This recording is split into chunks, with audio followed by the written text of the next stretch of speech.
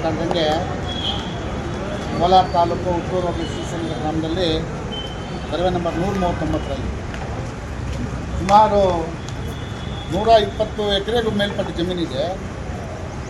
ಅದರಲ್ಲಿ ಸುಮಾರು 12 ಜನ ದಲಿತರಿಗೆ ಭೂಮಿ ಮಂಜೂರಾಗಿದೆ ಸರ್ಕಾರದಿಂದ. ಮತ್ತು ಅಲ್ಲೊಂದು BGS ಶಿಕ್ಷಣ ಸಂಸ್ಥೆಗೆ ಸ್ವಲ್ಪ ಜಮೀನು ಮಂಜೂರಾಗಿದೆ.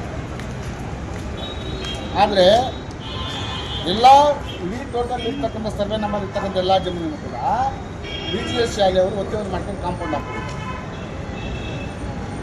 ಯಾವ ಆಧಾರದ ಮೇಲೆ BGS ಸಂಸ್ಥೆಯವರು ಅಷ್ಟು ಜಮೀನಿಗೆ ಕಾಂಪೌಂಡ್ ಮಾಡ್ಕೊಂಡಿದ್ದಾರೆ ಅಥವಾ ತಾಲೂಕು ಆಡಳಿತ ಅವರಿಗೆ ಯಾವ ರೀತಿ ಅನುಮತಿ ಕೊಟ್ಟಿದೆ?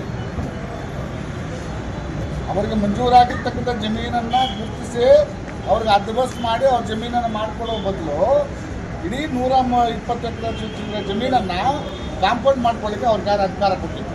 ಒಂದನೇದು. ಎರಡನೇದು, ಮಂಜೂರಾಗಿರ್ತಕ್ಕಂಥ ಮಂಜೂರುದಾರರಿಗೆ ಇರ್ತಕ್ಕಂಥ ಜಮೀನನ್ನು ಸಹಿತ ಸೇರ್ಕೊಂಡು ಇವ್ರಿಗೆ ಕಾಂಪೌಂಡ್ ಮಾಡ್ಕೊಳ್ಳಿಕ್ಕೆ ಯಾರು ಅಧಿಕಾರ ಕೊಟ್ಟಿದ್ರು? ಇವತ್ತು ದಲಿತರು ಓಡಾಡಲಿಕ್ಕೆ ಅವ್ರ ಜಮೀನಿಗೆ ಓಡಾಡಲಿಕ್ಕೆ ದಾರಿ ಮಾಡ್ಕೊಳ್ಳಿ ಅಂತ 3 ವರ್ಷದಿಂದ ಕೂಡ ಈ ತಾಲೂಕು ಆಫೀಸ್ಗೆ ಸುತ್ತಾಡ್ತಾ ಇದ್ದಾರೆ. ಆದರೂ ಕೂಡ ತಾಲೂಕು ಆಡಳಿತ ಯಾಕೆ ದಾರಿ ಮಾಡ್ಕೊಡ್ತಾ ಇಲ್ಲ? ಸುಮಾರು 120 ಚಿಲ್ಲರೆ ಎಕರೆ ಗೋಮಾಳದಲ್ಲಿ ಎಷ್ಟು ಜಮೀನು ಮಂಜೂರಾಗಿದೆ, ಇನ್ನೆಷ್ಟು ಸರ್ಕಾರಿ ಜಮೀನಿದೆ? ಈ ಸರ್ಕಾರಿ ಜಮೀನನ್ನು ಯಾಕೆ ನೀವು ಪುಸ್ತಕದಲ್ಲಿ ಸರ್ಕಾರಿ ಅಂತ ಬೋರ್ಡ್ ಆಗ್ತಾ ಇಲ್ಲ? ನೀವು ದಲಿತರು ಹೋರಾಡಲಿಕ್ಕೆ ದಾರಿ ಮಾಡ್ಕೊಳ್ಕೊಂಡು ಅಲ್ಲಿ ಪೊಲೀಸ್ ಸಮೇತವಾಗಿ ಎಲ್ಲ ಅಧಿಕಾರಿಗಳು ಬರ್ತೀರಿ ನೀವು ಅಲ್ಲಿಗೆ. ಅವ್ರಿಗೆ ಯಾರು ಪರ್ಮಿಷನ್ ಕೊಟ್ಟಿದ್ದು ಅಡ್ವೈಸ್ ಮಾಡ್ಕೊಳ್ಳಿಕ್ಕೆ? ಇವತ್ತು ನಾನು ತಾಲೂಕು ಆಡಳಿತ ಪ್ರಶ್ನೆ ಮಾಡ್ತಾ ತಹಸೀಲ್ದಾರ್ನ ಮತ್ತು ನಮ್ಮ ರೆವಿನ್ಯೂ ಅಧಿಕಾರಿಗಳನ್ನ ಪ್ರಶ್ನೆ ಮಾಡ್ತೀನಿ, ಪೊಲೀಸ್ ಅಧಿಕಾರಿಗಳು ಪ್ರಶ್ನೆ ಮಾಡ್ತೀನಿ. ಹೆಲಿಕಾಪ್ಟ್ರಲ್ಲಿ ಹೋಗಿ ಅಂತ ಹೇಳ್ತಾನಂತೆ. ನೀವ್ಯಾರು ಹೇಳೋದು ಹೆಲಿಕಾಪ್ಟ್ರಲ್ಲಿ ಹೋಗ್ಲಿಕ್ಕೆ? ಅರ್ಜಿ ಕೊಟ್ಟಿರ್ತಕ್ಕಂಥ ಅರ್ಜಿದಾರರಿಗೆ ನ್ಯಾಯ ಒದಗಿಸ್ಕೊಳ್ಳೋ ಯೋಗ್ಯತೆ ಇಲ್ಲಿರ್ತಕ್ಕಂಥ ನೀವು ಹೆಲಿಕಾಪ್ಟ್ರಲ್ಲಿ ಹೋಗೋದು ಮಾತಾಡ್ತೀರಾ? ನೀವು ನಮ್ಮ ತಹಸೀಲ್ದಾರ್ ಹೇಳ್ತಾರಂತೆ ನೀನು ಟ್ರೆಸ್ ಪಾಸ್ ಕೇಸ್ ಹಾಕುವಂತ. ನಿಮ್ಗೇನಕ್ಕೆ ಸಂಬಳ ಕೊಟ್ಟಿರೋದಿಲ್ಲ? ನಮ್ಮ ಶ್ರಮದ ದುಡ್ಡಲ್ಲಿ ನಿಮ್ಗೇನಕ್ಕೆ ಸಂಬಳ ಕೊಟ್ಟಿಲಿಕ್ಕಿರೋದು? ನಾವು ಟ್ರೆಸ್ ಪಾಸ್ ಕೇಸ್ ಯಾಕಂದ್ರೆ ಕೋರ್ಟ್ ಓಡಾಡೋಕ್ಕಲ್ಲ. ನಿಮಗೆ ಕಂದಾಯ ದಂಡಾಧಿಕಾರಿ ಇಕ್ಕಿರೋದು ಏನಕ್ಕೆ? ನಿಮಗೆ ಒಂದು ಭೂಮಾಪನ ಇಲಾಖೆ ಕೊಟ್ಟಿರೋದು. ನಿಮ್ಗೆ ಯಾವ ಭೂಮಿ ಎಲ್ಲಿ ಬರ್ತದೆ, ಯಾವ ಜಮೀನು ಎಲ್ಲಿ ಬರ್ತದೆ, ಏನು ಸಮಸ್ಯೆ ಅಂತ ಬಗೆಹರಿಸ್ಕೊಡಕ್ಕೆ ನಿಮ್ಗೆ ಇಕ್ಕಿರೋದು. ನಿಮ್ಮನ್ನ ನೀವು ಕೇಸ್ ಹಾಕೊಂಡು ಹೋಗಿ ನಮಗೂ ನೀವು ಒಬ್ರಿಗೆ ಗೊತ್ತಿರೋ ಕೇಸ್ ಹಾಕೊಂಡು ಕೇಳೋದು. ನಮಗೂ ಗೊತ್ತಿದೆ ಕೇಸ್ ಹಾಕೋದು. ಅಟ್ ದ ಸೇಮ್ ಟೈಮ್ ನಿಮ್ಮ ಕೈಲಿ ಹಿಂಗೆ ಕೆಲಸ ಮಾಡಿಸ್ಬೇಕು ಅನ್ನೋದು ಕೂಡ ಗೊತ್ತಿದೆ ನಮಗೆ. ಬೆದರಿಸ್ತೀರ ನೀವು ಬಡವರಿಗೆ, ರೈತರಿಗೆ. ಅಷ್ಟು ಜಮೀನ್ಗೆ ಅಡ್ಬಸ್ ಮಾಡ್ಕೊಂಡು ಅವ್ರ ಮೇಲೆ ಕೇಸ್ ಹಾಕೋ ಯೋಗ್ಯತೆ ಇಲ್ಲ ನಿಮಗೆ.